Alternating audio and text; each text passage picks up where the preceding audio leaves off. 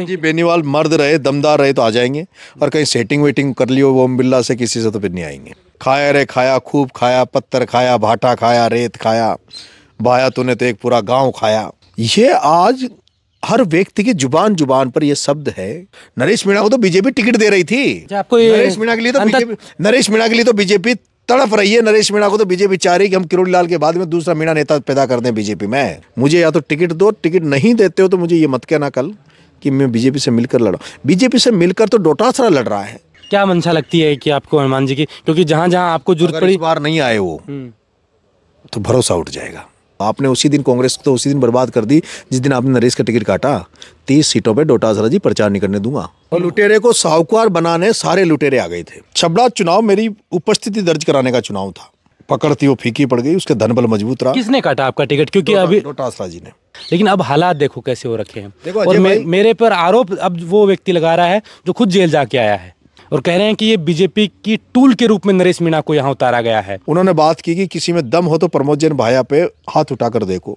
उस प्रमोद जैन भाया पे, जिस पे जनता को लूटने के, फ्रॉड करने के, 420 करने के 18 मुकदमे उसके साथ और उसके साथियों पे दर्ज हुए, उनमें बचाने का जिस तरह से डोटासरा जी ने यहाँ पे आके मंच पे बात की। इन व्यापारियों को कई बार जिता दिया, इन लुटेरों को कई बार जिता दिया। ये पूरी हाड़ोती को खा गए। मैं जेल किसी के बलात्कार करके नहीं गया, मैं जेल किसी की जमीन पे कब्जा करके नहीं गया, मैं किसी गरीब को मारकर जेल नहीं गया, मेरे पे आज दिन तक किसी के चाकू मारने का 307 का केस नहीं है जो मैं जेल गया। मैं जेल गया जनता के लिए। भरत सिंह कुंदनपुर पे आरोप लगा दिया भारतीय जनता पार्टी वालों ने कि उनकी पत्नी सरपंच रहते हुए कोई पट्टा बांट दिया।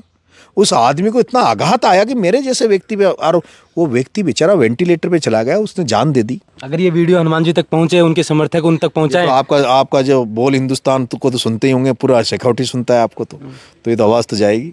उन्होंने पूरी नौकरी एक नकली मास्टरों से करवाई और उन पे 420 का मुकदमा लगा हुआ है। सरकार उनसे वापस पैसा वसूल कर रही है। वो इसके राइट हैंड है।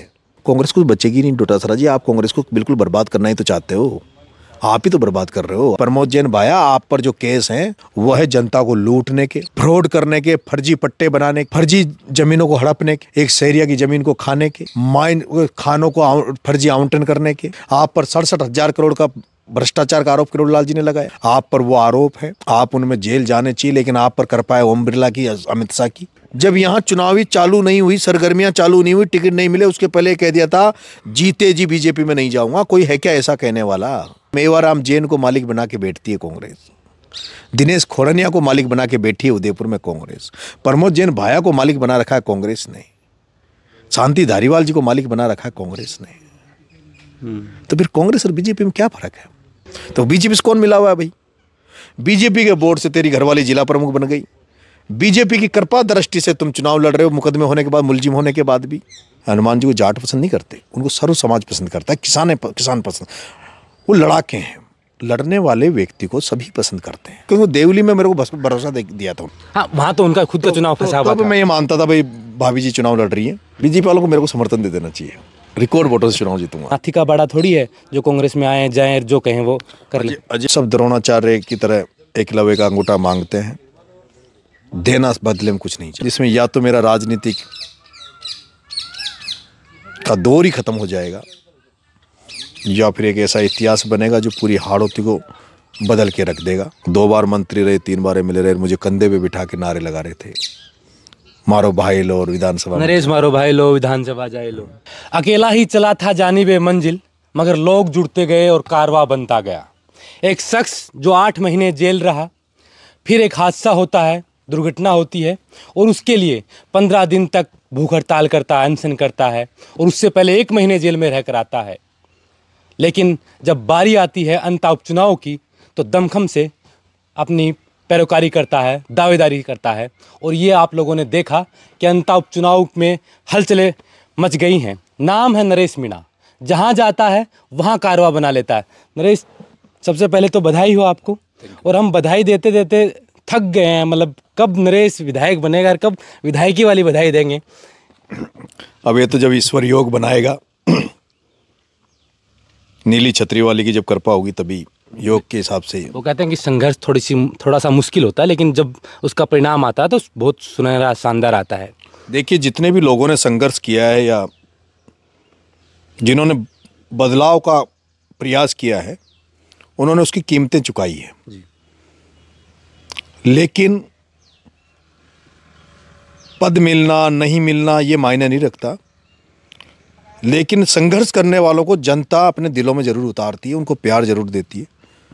जितने भी महान पुरुष हुए हैं, झांसी की रानी का उदाहरण हमारे सामने है कि उन्होंने कीमत चुकाई, अपने प्राण त्यागे, लेकिन आज भी झांसी की रानी को याद करते हैं। महाराणा प्रताप का उदाहरण हमारे सामने है कि उन्होंने घास की रोटी खानी पड़ी, लेकिन आज हम लोग याद करते हैं। कई किसान नेता हैं, चौधरी चरण सिंह जी हैं, ज्योतिबा फुले, बाबा साहब भीमराव अंबेडकर, महावीर स्वामी, महात्मा बुद्ध, इनको कुछ मिला कि नहीं मिला, लेकिन लोग इनको याद करते हैं, लोग इनको पूजते हैं। तो संघर्ष कभी खाली नहीं जाता। बिल्कुल। संघर्ष से कुछ मंजिल मिले कि ना मिले, लेकिन जनता तो संघर्ष करने वालों को याद करती है। और मुझे लगता है कि 25 साल से मुझे कुछ नहीं मिला, लेकिन जनता का आशीर्वाद और प्यार मुझे भरपूर मिल रहा है। वो तो हमने देखा कि आप जब छात्र राजनीति से निकलकर मुख्य धारा की राजनीति में आ रहे थे, चाहे वो छबड़ा का चुनाव हो, छबड़ा के बाद आपने हुकार भरी देवली उनियारा में, वहाँ कारवा और बढ़ा, और देवली उनियारा में जो प्रदेश ने देश ने देखा, उसके बाद अंता में जब आपने हुकार भरी तो वो तो चकाचौंध वाला था कि पता नहीं लोग कहाँ से आ रहे हैं, कितने आ रहे हैं, कोई नंबरों में संख्या नहीं थी। लेकिन क्या ये जो नंबर आपके पास आ रही है, ये जो भीड़ आपके पास आ रही है, ये इन दोनों चुनावों से ज़्यादा वोट में कन्वर्ट हो पाएगी?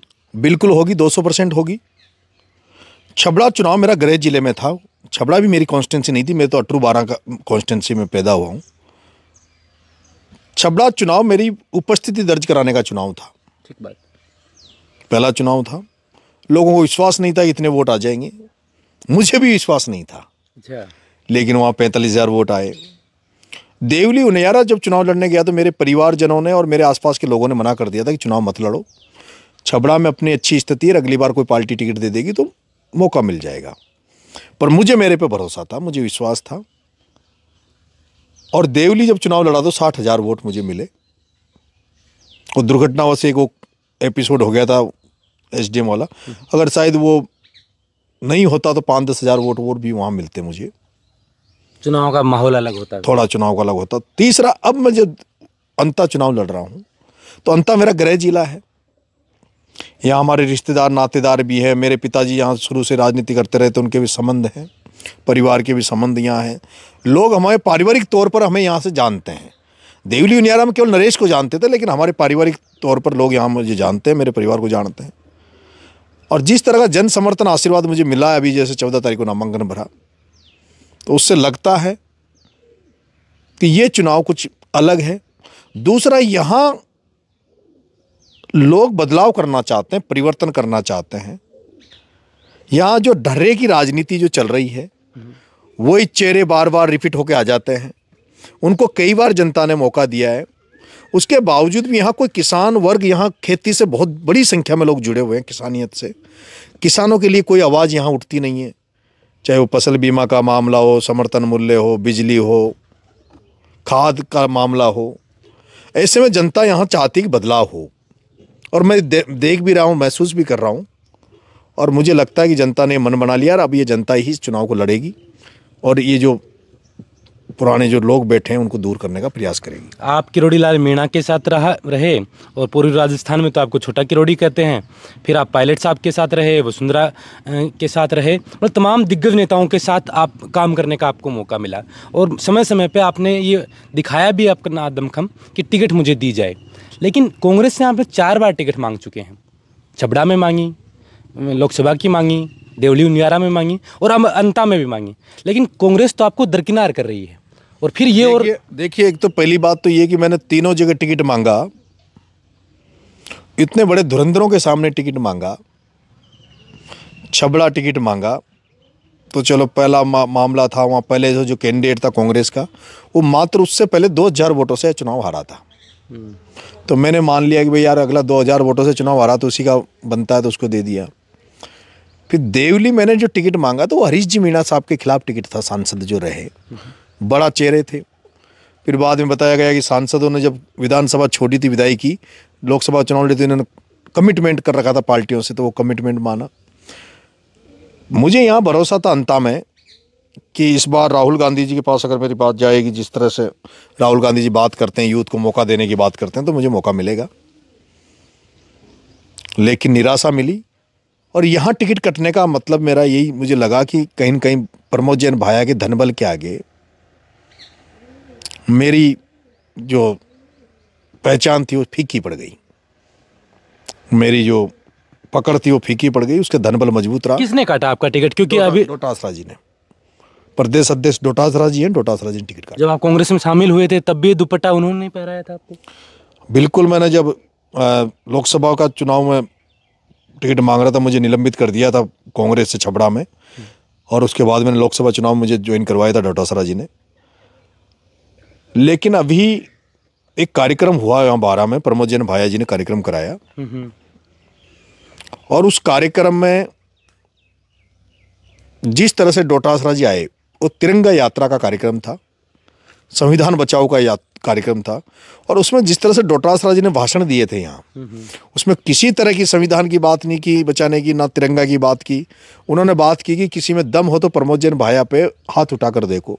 उस प्रमोद जैन भाया पे, जिस पे जनता को लूटने के, फ्रॉड करने के, 420 करने के 18 मुकदमे उसके साथ और उसके साथियों पे दर्ज हुए, उनमें बचाने का जिस तरह से डोटासरा जी ने यहाँ पे आके मंच पे बात की, उसके बाद मैंने डोटासरा जी के लिए कहा कि भाई डोटासरा जी को ये काम नहीं करना चाहिए था। 12 जाके जाना था तो कांग्रेस की बात करते, कांग्रेस को मजबूत करने की बात करते, लेकिन प्रमोद जैन भाया जैसे डकैत और लुटेरे को बचाने की वो बात कर रहे थे, तो हो सकता है वो उनको हार्ट कर गया, बड़े नेता हैं।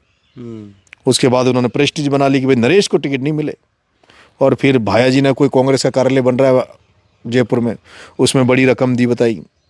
अच्छा, कई तो नेता ये भी कहते हैं कि ज़्यादातर कांग्रेसों में ऐसे नेता जिनके आधे लगभग उनके दाल रोटी घर की प्रमोद जैन भाया के पैसों से चल रही है। लेकिन इतना सब कुछ है तो फिर नरेश कैसे चुनाव लड़ पाएगा ना? देखो, चुनाव तो अजय भाई, आप उधर झुंझुनू सीकर से आते हो, सिक्योरिटी से आते हो। एक बार टाटा बिरला, जैसे आज अडानी अंबानी है, ऐसे टाटा बिरला हुआ थे, और बिरला चुनाव लड़ा था लोकसभा का झुंझुनू से। उसने ये कहा था कि राजस्थान का जितना बजट नहीं है उतना बजट मैं लोकसभा क्षेत्र में दूंगा, लेकिन वहाँ की जनता ने उसको चुनाव हरा दिया था कि इस व्यापारी सोच के व्यक्ति को चुनाव अगर जिता दिया तो हमारी आने वाली पीढ़ियाँ भूखे मरेगी। 12 हाड़ौती, कोटा, बूंदी, झालावाड़ में वही हो रहा है। इन व्यापारियों को कई बार जिता दिया, इन लुटेरों को कई बार जिता दिया, ये पूरी हाड़ौती को खा गए। इसलिए जनता महसूस कर लिया, जनता ने जान लिया, अब इनको उखाड़ फेंको, नहीं तो ये हमारे आने वाली पीढ़ी के लिए दुखदायी हो जाएंगे। ये लड़ाई आने वाली पीढ़ी को बचाने की है, ये यहाँ के किसान को, अपनी खेती बाड़ी को बचाने की लड़ाई है। यहाँ ये जो भ्रष्टाचार व्यापक है सरकारी दफ्तरों में, उसको कम करने के लिए चुनाव है। इसलिए मुझे लगता है कि ये चुनाव मेरा नहीं है, जनता का चुनाव बन चुका है। जनता इस बार थर्ड मोर्चा नरेश मीणा को एमएलए बना के भेजेगी। एक नारा भी यहाँ तो खूब चलता है कांग्रेस के नेता के लिए। हाँ, वो भरत सिंह जी ने दिया था, खाया रे खाया, खूब खाया, पत्थर खाया, भाटा खाया, रेत खाया, भाया तूने तो एक पूरा गाँव खाया। ये आज हर व्यक्ति की जुबान पर ये शब्द है कि प्रमोद जैन भाया से बड़ा भ्रष्टाचारी नेता राजस्थान में कोई नहीं है। उसके बावजूद भी भाया पर कोई कार्रवाई नहीं होती, कोई ईडी सीबीआई की रेड नहीं होती, ना उस पर मुकदमों में कोई कार्रवाई होती है।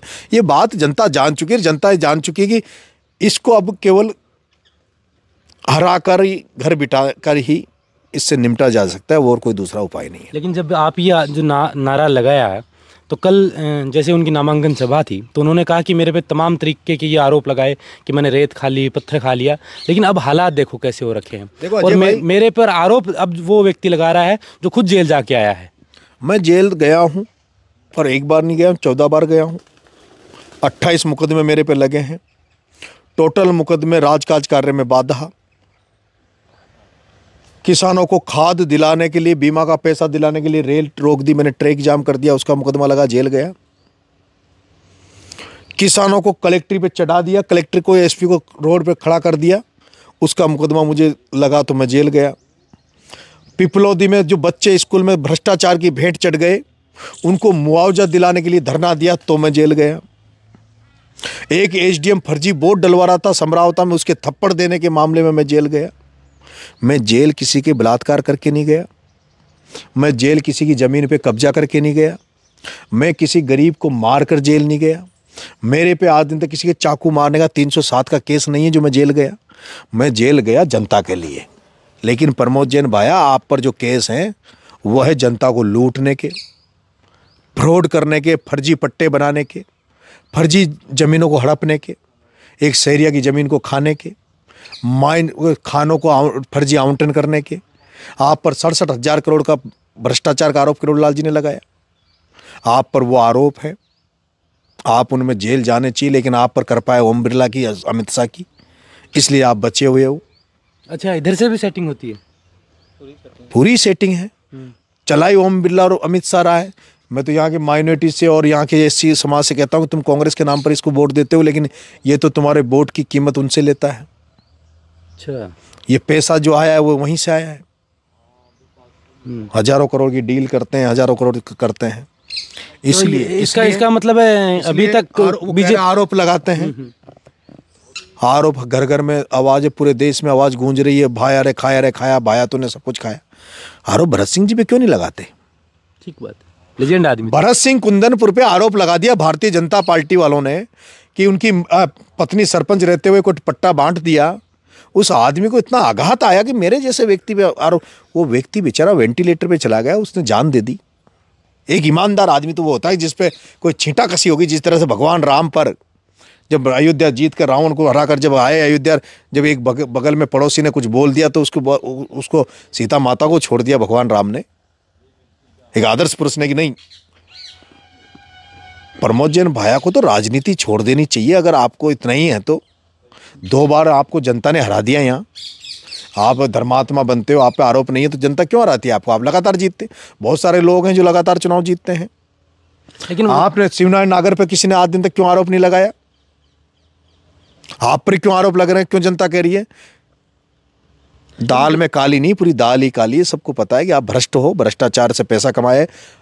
वो विष्णु गर्ग, पूरी 12 जानती विष्णु गर्ग कौन है, उसकी घरवाली मंजू कौन है। इसका राइट हैंड है विष्णु गर्ग, जो अध्यापन का जिसको व्यवसाय था, व्यवसाय क्या बोलते हैं, सरकारी जो अध्यापक था, उसकी पत्नी भी मास्टर है, टीचर है। उन्होंने पूरी नौकरी एक नकली मास्टरों से करवाई और उन पर 420 का मुकदमा लगा हुआ है। सरकार उनसे वापस पैसा वसूल कर रही है। वो इसके राइट हैंड है। जो व्यक्ति शिक्षक होकर, उसकी पत्नी शिक्षक होकर, जिसको गुरु गोविंद दो खड़े काके लागू पाई, बलियारी गुरु आपने गोविंद दी बताई। शिक्षा के क्षेत्र में आपने करप्शन, बच्चों के भविष्य के साथ खिलवाड़ आप कर रहे हो। एक गुजर समाज यहाँ दूध का धंधा करता है, उस गुजरों पे कुटाराघात करके उनके धंधे को छीनने के लिए एक प्रदीप काबरा इसका राइट हैंड है, उसको डेयरी का चेयरमैन बना दिया, दूध का, गुजरों को मारकर। शिवनारायण जी धाकड़ जैसे यहाँ एक बहुत बड़े नेता, धाकड़ों को उनको घर बिठा दिया।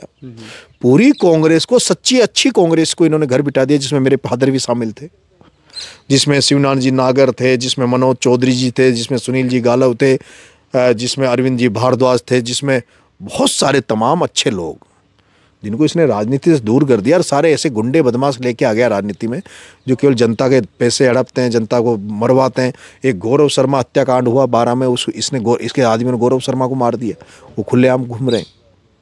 लेकिन जब आपका कल नामांकन था परसों 14 तारीख को, तो कांग्रेस ने भी देरी नहीं की, तुरंत एक नामांकन रैली की। और कांग्रेस के दिग्गज नेता, राजस्थान से दिग्गज बड़े बड़े नेता, जिसमें कुछ आपके चाहने वाले भी थे, कुछ आपके खिलाफ करने वाले भी थे, वो भी वहाँ आते हैं। एक लुटेरे को साहूकार बनाने सारे लुटेरे आ गए थे।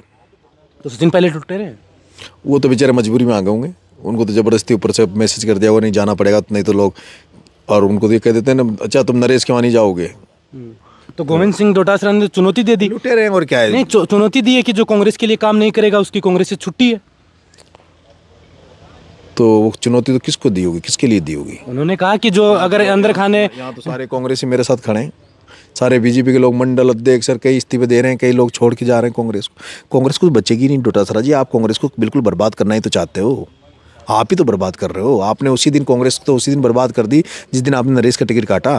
30 सीटों पे डोटासरा जी प्रचार नहीं करने दूंगा।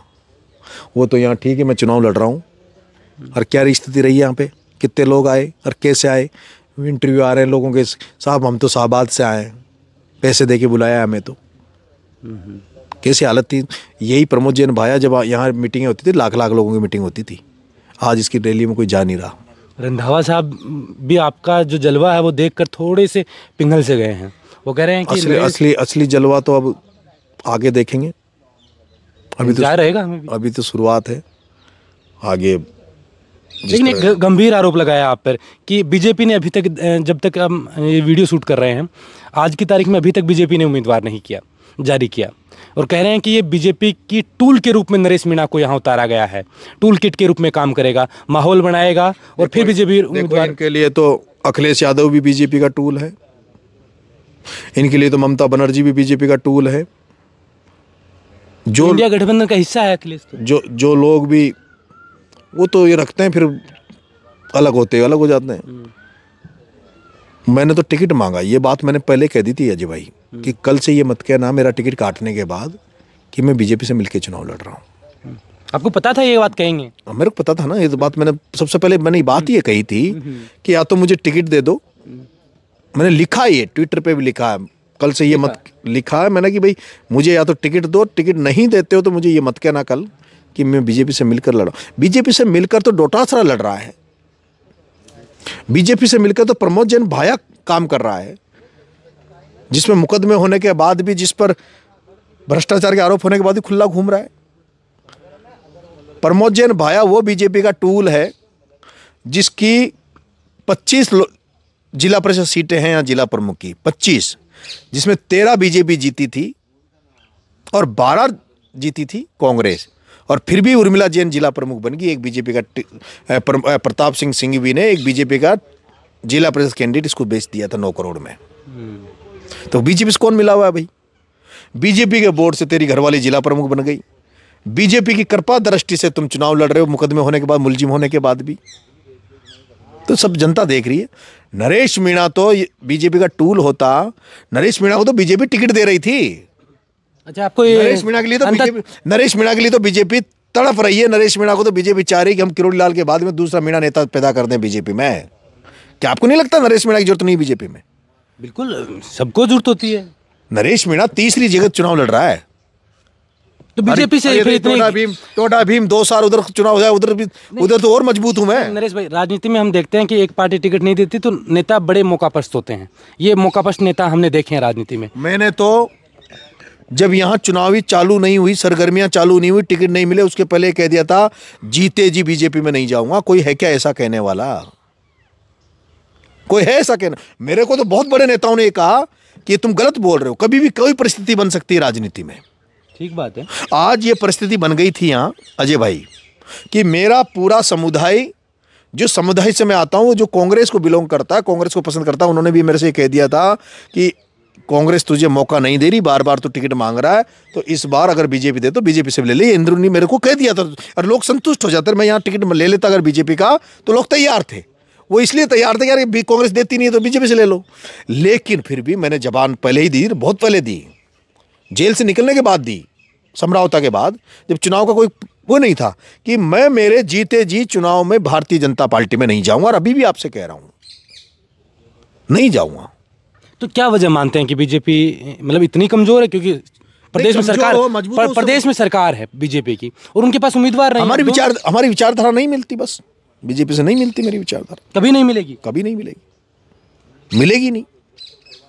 हम तो वो लोग हैं जो बीजेपी को हराने के लिए, हम लोग अखिलेश यादव को पसंद करते हैं, हम लोग वो लोग हैं जो बीजेपी को हराने के लिए ममता बनर्जी को पसंद करते हैं। हमारे पास तो विकल्प नहीं मिल रहा। जिस कांग्रेस को हम विकल्प के रूप में देख रहे हैं बीजेपी के कि भाई एक विकल्प है कांग्रेस का, बीजेपी को हम पसंद नहीं करते तो ऑप्शन में हम कांग्रेस को वोट दे देते हैं। लेकिन कांग्रेस भी हमारे साथ वही कर रही है जो बीजेपी करती है। राजेंद्र गुड़ा, कांग्रेस भी उन्हीं लोगों को मालिक बनाए बैठी है। मेवाराम जैन को मालिक बना के बैठती है कांग्रेस, दिनेश खोड़निया को मालिक बना के बैठी है उदयपुर में कांग्रेस, प्रमोद जैन भाया को मालिक बना रखा है कांग्रेस ने, शांति धारीवाल जी को मालिक बना रखा है कांग्रेस ने। तो फिर कांग्रेस और बीजेपी में क्या फर्क है? तो ये इस तरीके से फिर लड़ाई कैसी लड़ी जाएगी? क्योंकि आपने कहा कि तीसरा मोर्चा खड़ा करूंगा, तीसरे मोर्चे की हलचल हुई तो जैसे ही चुनावों की घोषणा हुई तो जो पहले सबसे बड़ा संगठन दल था, सांसद है हनुमान बेनीवाल, अब बाप पार्टी तीसरे नंबर पर है। तो उन्होंने कहा कि कांग्रेस और बीजेपी मुझे अजय भाई निर्दलीय के रूप में वो मदद कर दे। जरूरी थोड़ी उनकी पार्टी में रहकर ही तीसरा मोर्चा बने। आज जैसे वो तीनों जो लोग एक साथ हैं, चंद्रशेखर आजाद और ये सारे लोग, बात हुई आपकी? बेनीवाल जी वैसे से बात हुई है। अच्छा, क्या बोले? अब मैं तो देख रहा हूँ, उन्होंने कहा भी देखते हैं क्या होता है, अभी तो तुम आगे करो, आगे बढ़ो। क्या मंशा लगती है कि आपको हनुमान जी की, क्योंकि जहां जहां आपको जरूरत पड़ी, इस बार नहीं आए वो तो भरोसा उठ जाएगा। मैंने उनको आमंत्रित किया है, बात की है, उनको आना चाहिए। देखो अगर वो तीसरे मोर्चे की बात कर, मैंने निर्दलीय लड़ रहा हूँ भाई, और वो कांग्रेस निर्दलीय के लिए तो उन्होंने यूनिवर्सिटी में समर्थन दे दिया था, डीयू में। डीयू में भी दिया, और मैं उनका छोटा भाई हूँ। मैं तो तारीफ में, मैंने तो कभी कोई तारीफों में कमी नहीं छू। मैंने तो नहीं, वो भी तारीफ करते हैं, नरेश मेरा छोटा भाई है, संघर्ष कर। काम नहीं चलेगा ना राजीव भाई, तारीफ से काम नहीं चलेगा। उनको वैसा को मेरे पास आना चाहिए, मेरे को आशीर्वाद देना चाहिए इस बार, क्योंकि यहाँ जाट समाज ज़्यादा नहीं है, 1000 वोट जाटों के, लेकिन हम ये मानते हैं कि केवल हनुमान जी को जाट पसंद नहीं करते, उनको सर्व समाज पसंद करता है, किसान पसंद। वो लड़ाके हैं, लड़ने वाले व्यक्ति को सभी पसंद करते हैं। उनको हमारे हाड़ौती में भी बहुत फॉलोवर्स हैं, उनको मानते हैं। आज मुझे लोग पसंद कर रहे हैं तो इसलिए तो कर रहे हैं कि भाई लड़ाका है, लड़ने वाला है, आम जनता के लिए लड़ेगा, गरीबों के लिए लड़ेगा। अगर वो आएंगे तो मुझे फ़ायदा मिलेगा। अगर ये वीडियो हनुमान जी तक पहुंचे, उनके समर्थक उन तक पहुंचाए, तो आपका जो बोल हिंदुस्तान को तो सुनते ही होंगे, पूरा शेखावटी सुनता है आपको, तो ये तो आवाज़ तो जाएगी। तो क्या लगता है कि अब की बार जो निर्दलीय के तौर पर, चाहे वो राजकुमार रोत हों जिनकी बाप पार्टी हो, चाहे वो रविंदर सिंह भाटी हो, क्योंकि आपने तो पिछले चुनाव में 5 पांडव हनुमान जी बेनीवाल मर्द रहे, दमदार रहे तो आ जाएंगे, और कहीं सेटिंग वेटिंग कर लियो ओम बिरला से किसी से तो फिर नहीं आएंगे। अच्छा, ये डर लगता है अभी? मेरे को तो ऐसा लगता है अब अगर सेटिंग होगी उनकी कहीं तो नहीं आएंगे, और मर्द होंगे तो छोटे। आपको लगता है क्या वो सेटिंग करने वाले नेता हैं? अगर इस बार नहीं आए तो मैं यही मानूंगा। अच्छा, कि भाई वरना तो मानूंगा कि भाई आ गए तो मर्द है, और नहीं आए तो कहेंगे बिल्ला मन, क्योंकि मैं लड़ बड़े लोगों से रहा हूँ। ठीक बात, मैं इतने बड़े लोगों से लड़ रहा हूँ, क्योंकि देवली में मेरे को भरोसा दिया था उन्होंने। हाँ, वहाँ तो उनका खुद का चुनाव फंसा हुआ था। मैं ये मानता था भाई भाभी जी चुनाव लड़ रही है, और भाभी जी की स्थिति भी थोड़ी वो थी संघर्ष वाली, तो उस समय नहीं निकाल पाए। लेकिन अभी तो फ्री एंड है, चुनाव भी एक ही है, उपस्थिति भी दर्ज हो जाएगी उनकी। उनके आते ही थोड़ा राष्ट्रीय लेवल पे भी हमारा भी नाम और सबका नाम ठीक जाएगा, मीडिया में भी। मीडिया तो आपको किस तरीके से छापता है वो तो आप देख ही रहे हैं कि आप जहाँ अच्छा करते हैं वहाँ आपकी। अच्छा करता हूँ तो नहीं छापता, नेगेटिव करता हूँ तो तुरंत छप जाता, फिर तो कोई लात दे रहा है, घुसा दे रहा तो वायरल हो जाते हैं। कोई फर्क नहीं पड़ता, भाई साहब को आना चाहिए। तो मीडिया का परसेप्शन कितना चीज़ है, यहाँ एक लफड़ा चल रहा है, बीजेपी में बहुत भयंकर टकरार चल रही है, और बीजेपी का टिकट कौन आता है, किसका आता है। लोग कह रहे हैं कि मैडम के खेमे से टिकट आए या पार्टी के खेमे से टिकट आए, कौन से खेमे से आए, वो सहमति नहीं बन पा रही है। हाँ तो हो सकता, तो मैं बीजेपी वालों को मेरे को समर्थन दे देना चाहिए, रिकॉर्ड वोटों से चुनाव जीतूंगा। हाँ, बीजेपी वालों को कैंडिडेट नहीं उतारना चाहिए, और उनको कह देना चाहिए भाई भाया को हराने के लिए हम नरेश मीणा को समर्थन देते हैं। तो फिर आप बीजेपी में चले जाएंगे? अजी मैं तो निर्दलीय हूँ सर। नहीं, चुनाव जीतने के बाद नहीं जाएंगे नहीं ना। वो क्यों समर्थन? वो मेरे को समर्थन दे देंगे, मेरा भी समर्थन सरकार को हो जाएगा। अच्छा भाई बीजेपी मुझे समर्थन, बाहरी समर्थन, मेरा भी समर्थन उनको हो जाएगा। ज्यादा परेशान नहीं करूंगा सरकार को। हाँ, अभी तो देख ही रहे हैं 5-6 महीने से आप लगातार। हाँ, तो उनको फिर ज्यादा कम परेशान, मतलब थोड़ा उस हिसाब से कर लेंगे।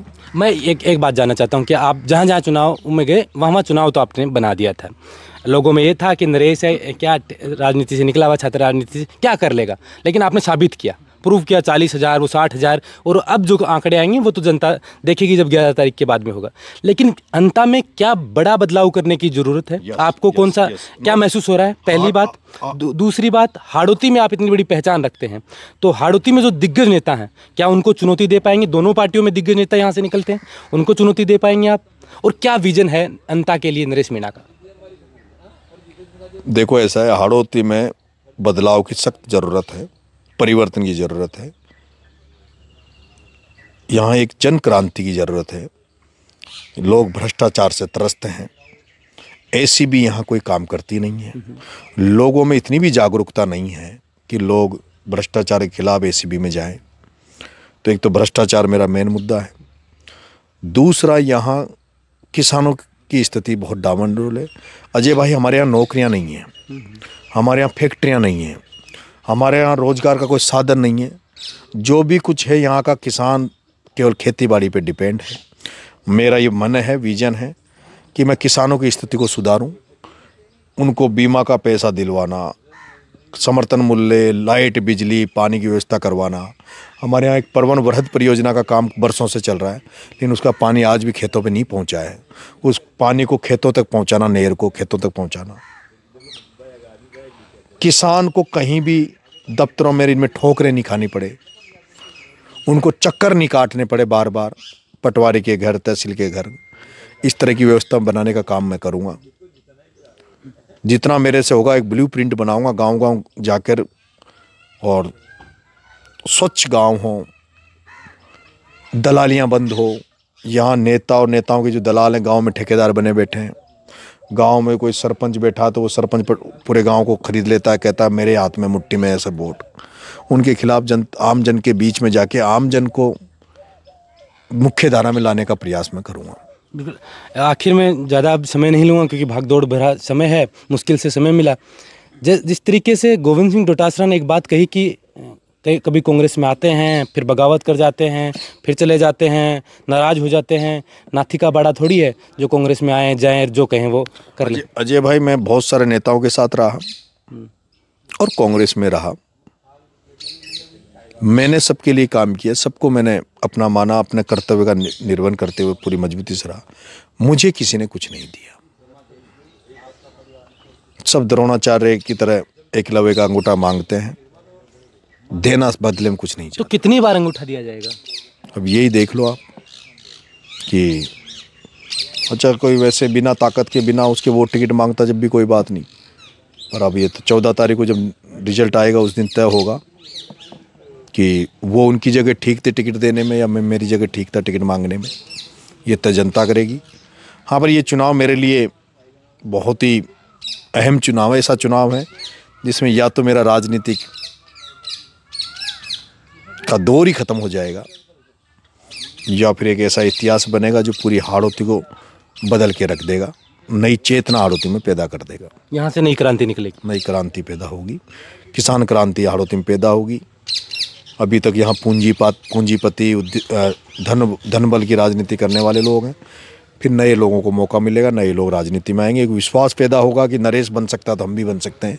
और नरेश ख़त्म हो गया अगर इस चुनाव में, तो लोग सोचेंगे जब नरेश के साथ इतने लोग थे, इतनी संख्या थी, इतना आशीर्वाद था, उसके बावजूद नरेश नहीं लड़ पाए इनसे, तो फिर अपन भी नहीं लड़ पाएंगे। तो लोग एक निराश हो जाएंगे। हमारे शेखावाटी से एक नेता हैं, दबंग नेता हैं, राजेंद्र गुड्डा। वो आपकी तरह वो भी बगावती हैं। कभी किसी पार्टी से टिकट ले लेते हैं, कभी किसी पार्टी में आ जाते हैं, समर्थन दे देते हैं, और जिसके साथ होते हैं उसी के खिलाफ मोर्चा भी खोल देते हैं। उन्होंने अब की बार आपका हाथ थामा है और कंधों पर आपको बिठा लिया। अजय भाई, मैं तो क्या बोलूं, वो मेरे बड़े भाई हैं, पिता तुल्य हैं। मैं परसों हतप्रभ रह गया एकदम अचानक से, जब मैं गाड़ी पे था और उन्होंने कहा कि नहीं मेरे कंधे पे बैठ। राजपूत समाज से हैं वो। मुझे शर्म सी आ रही थी, यार मैं क्या कर रहा हूँ। और वो व्यक्ति 2 बार के मंत्री रहे, 2 बार मंत्री रहे, 3 बार एमएलए रहे, मुझे कंधे पे बिठा के नारे लगा रहे थे, मारो भाई लो और विधानसभा नरेश मारो भाई लो, विधानसभा जाए लो। मैं कुछ भी नहीं हूँ, काहे का भाईला हूँ, मैं तो बच्चा हूँ उनके सामने। भाईला नहीं हूँ मैं तो बच्चा हूँ उनके सामने। पर ऐसे नेता होने चाहिए जिसका साथ दो। वो साथ मैंने अनशन पे भी उनका देखा। टोंक जेल में आपसे मिलने गए? टोंक जेल में गए, मैं उनसे पहले कभी मिला नहीं था। वो टोंक जेल में मिलने गए, उसके बाद अनशन पे जो आंदोलन उन्होंने संभाला जो, और अभी मेरी बात हुई कल, उनका फ़ोन मैं नहीं करता, फ़ोन दिन में 3 बार फ़ोन आ जाता है कि क्या चल रहा है, क्या चल रहा है। कल रात को भी फ़ोन आया, उन्होंने कहा मेरी वहाँ बात हो गई, मेरे को पूरा गाइड कर रहे हैं। कह दिया कि कल तो मेरा बेटे का कार्यक्रम है नरेश, परसों आ रहा हूँ बेटे को लेके, दिवाली वहीं मनाएंगे अंता की धरती पे। डरने की, चिंता करने की जरूरत नहीं है, आने दो, ये जितने बड़े बड़े नेता आ रहे हैं, तेरे लिए गुडाई बहुत है। हाँ, उन्होंने चुनाव पलट दिया था। चुनाव जब झुंझुनू में हुआ था तो वहाँ वो भी 2 जगह से चुनाव लड़ लिए। उदयपुर वाटी से वो विधायक रह लिए और झुंझुनू में आके अभी उपचुनाव में उन्होंने दमखम दिखाया। तो ऑलराउंडर खिलाड़ी हैं। फायदा मिलेगा, ऑलराउंडर सीखने को नहीं मिलेगा, उनसे सीखने को बहुत मिल रहा है। एक आखिरी सवाल है, ज़्यादा समय नहीं लूँगा, कि 2 चुनाव आप लड़ चुके हैं, दोनों चुनावों में जो परिस्थितियां आपके साथ रही, जो घटनाएं घटी, तीसरा चुनाव आप दमदारी से लड़ने जा रहे हैं, क्या चुनावों से सीखा जो पिछले चुनावों में कि ये गलतियां हो गई, अब ये नहीं होगा? और इस चुनाव में मैं पूरे सर्व समाज को साथ लेके आगे बढ़ रहा हूँ और मैंने मेरे समाज से आग्रह किया है कि वो पीछे रहें। दूसरे समाज के जो प्रतिष्ठित लोग, अच्छे लोग, जो साथी हमारे साथ आ रहे हैं, उनको सम्मान दें, उनको मंच दें, उनको बोलने का मौका दें, उनको आगे रहने दें। और देख भी रहा हूँ कि सर्व समाज का आशीर्वाद मुझे भरपूर मिल रहा है। बिल्कुल, अभी तो चुनाव में समय है, लेकिन सरगर्मियां तो आपने अभी से तेज़ कर दी हैं। ये तूफान अब कब, ये बवंडर जो निकला है, कब बड़ा तूफान बनेगा, ये तो देखने को मिलेगा 11 नवंबर को जब मतदान होगा। लेकिन हमारी शुभकामनाएं आपके साथ हैं। हम बार बार कहते हैं कि ऐसे संघर्ष करने वाले नौजवानों को जनता भी सोचें, देखें, समझें, क्योंकि विधानसभा में ऐसी आवाज़ें जाएंगी तो अभी अजय भाई, आप जैसे ईमानदार पत्रकार भी, क्योंकि आज ईमानदारी की बहुत कम कीमत हो गई, लोग टाइम नहीं लगाते। अभी मैंने सुना है कि यहाँ का लोकल मीडिया का तो आपने देख ही लिया होगा क्या हालात है। ठीक बात। प्रिंट मीडिया के हालात आपने देखे हो कि मेरी रैली इतनी बड़ी थी, उसको कितना दिखाया, भाया जी की रैली कितनी थी, उसको कितना दिखाया, ये सब लोग जानते हैं। अब सुनने में आ रहा है कि जितने भी जो चैनल वाले हैं, ये इनकी रेटें भी 2-2, 5-5 लाख रुपए रेटें बढ़ा दी। एक फेस, मतलब सामने वालों ने, जी, प्रमोजन भाया ने पैसे से ही पोस्ट डलवाना सोशल मीडिया पे, उसके इर्द गिर्द उसको टिकट देने वाले भी पैसे के दम पे दिया। उसके इर्द गिर्द जो भी व्यक्ति नजर आएगा, इसका मतलब ये मान लो वो बिका हुआ है। प्रमोजन भाया के इर्द गिर्द जो व्यक्ति नजर आ रहे हैं, ये तय कर लेना कि वो कहीं न कहीं उसके पैसों में बिका हुआ है, बिकाऊ बेल की तरह है वो लोग। लेकिन आप भरोसा रखिए, ये माइक और ये इंसान जो आपके सामने बैठा है, ये कभी पैसों से खरीदा नहीं जा सकता। सच्चाई के लिए जो भी होगा, इसीलिए आप इतनी मजबूती से यहाँ मेरे साथ बैठे हो, इतनी दूर से आए हो। और यूट्यूबर्स को मैं धन्यवाद दूंगा, जैसे आप साथी, जैसे संघर्ष वाले साथी, आप भी हमारी तरह संघर्ष कर रहे हो, मैं भी आप ही की तरह संघर्ष कर रहा हूँ। इसीलिए आपने भी ये नोटिस किया होगा, मैं पूरा समय यूट्यूबर्स को देता हूँ। बिल्कुल नहीं, समय तो आप सबको दे रहे हैं, ये तो हम देख रहे हैं। मीडिया में आप जितना भी सहयोग कर पा रहे हैं, लोगों तक बात पहुंचाने में, वो कर रहे हैं। और मीडिया, ठीक है, सबका अपना अपना रवैया होता है, सबका अपना अपना एक पक्ष होता है, लेकिन हमारी कोशिश रहती है कि जनता तक वो हकीकत पहुंचे, और वो सारे पक्ष पहुंचने जरूरी हैं। और आपको तो अजय भाई, बोल हिंदुस्तान, मैंने शेखावटी के एक चैनल है यूट्यूब को, उनसे भी इंटरव्यू दिया था, उनको भी कहा था हम बहुत पीछे हैं आप लोगों से। उस क्षेत्र से ये क्षेत्र बहुत पिछड़ा हुआ है। आप उस पिपलोदी एरिया में जाओगे, आप छबड़ा छिपगड़ोद में जाओगे, तो वही संता से भी 50 साल पीछे है। अगर मौका मिले इसी बीच में, अगर आप वहाँ 1-2 गाँव का, नहीं रहेंगे आपके, अभी इन चुनाव में रहेंगे गाँव को रहोगे, लेकिन अगर 1-2 गाँव का उस एरिया में, छबड़ा छिपगड़ोद नज़दीक है यहाँ से, वहाँ के 1-2 गाँव की तस्वीर राजस्थान की जनता को दिखाओगे, तो ये जो हमारे यहाँ जो कुंडली बनाकर ये जो नेता बैठे हैं, इनकी हकीकत जनता के, दिल्ली तक भी जनता के सामने जाएगी कि किस तरह से हाड़ौती में इन धन्ना सेठों ने पूरी हाड़ौती को खून चूस लिया। मतलब बिल्कुल, हाल ही में मैं मेरठ था, मेरठ से सीधा यहीं आया हूं आपके पास, और कोशिश करूंगा जब तक 11 नवंबर तक चुनाव हो तो गांव धरातल के वो मुद्दे जो दोनों सरकारें रही हैं, क्योंकि राजस्थान में तो कांग्रेस बीजेपी दोनों की बारी बारी में सरकार रहती है, तो आखिर क्या वजह होती है कि उनके मुद्दों पर बात नहीं होती। उन मुद्दों को मैं बोल हिंदुस्तान के माध्यम से उठाने की कोशिश करूँ। और आपको एक बार पुनः बधाई कि अब की बार जीत का सेहरा लेके आप आएँ। 11 नवंबर को जनता आपको इतना आशीर्वाद दे कि आने वाले समय में हम आपको विधानसभा में देखें और विधानसभा के गेट के सामने आपका इंटरव्यू करें, और मिलते रहेंगे बार बार, अभी तो चुनाव का समय है। तो ये थे नरेश मीणा, जिन्होंने बेबाकी से हर सवाल का जवाब दिया। और ऐसे नेताओं का विधानसभा में जाना क्यों जरूरी है, ये मैं इसलिए नहीं कहता कि नरेश है या हमारे कोई संबंध है, मैं इसलिए कहता हूँ कि ये आवाज़ें हैं जो आपके हक के लिए उठा सकते हैं, क्योंकि दोनों पार्टियों के बड़े बड़े दिग्गज नेता हैं। तो राजस्थान का तो बड़ा बदलाव हो जाना चाहिए था आज़ादी के बाद। क्यों पिछड़ रहा है ये, इतना बड़ा इलाका है, इतना बड़ा इलाके में आज भी स्कूलें नहीं हैं, रोजगार नहीं है, क्यों है? क्योंकि आवाज़ उठाने वाली दमदार आवाज़ नहीं बची है। इन आवाज़ों को आपको पहचानना चाहिए। आप देख रहे थे बोल हिंदुस्तान, मैं अजय कुमार, नमस्कार।